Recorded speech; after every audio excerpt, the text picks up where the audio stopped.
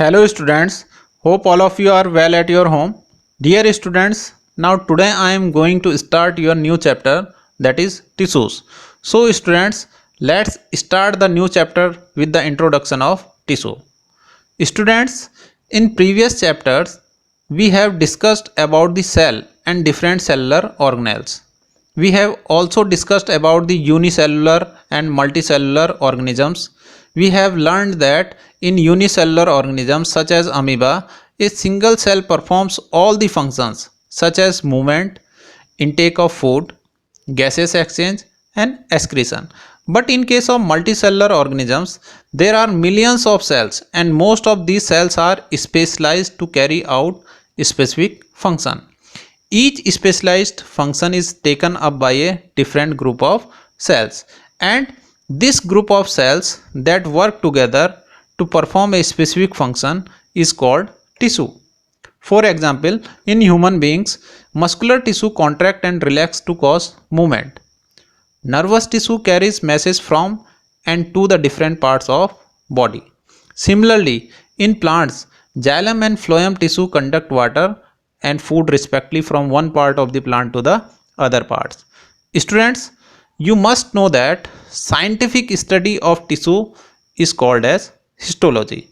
Now students, let's know about the types of tissues. So there are basically two types of tissues: simple tissue and complex tissue. Simple tissue is a group of cells which are similar in their structure and origin. Parenchyma tissue of plants and epithelial tissue of animals are the best example of simple tissues. Okay, students, whereas complex tissue is a group of cells which are different in their structure and origin. Okay, phloem and xylem tissues of plants and nervous tissue of animals are the best example of such complex tissues.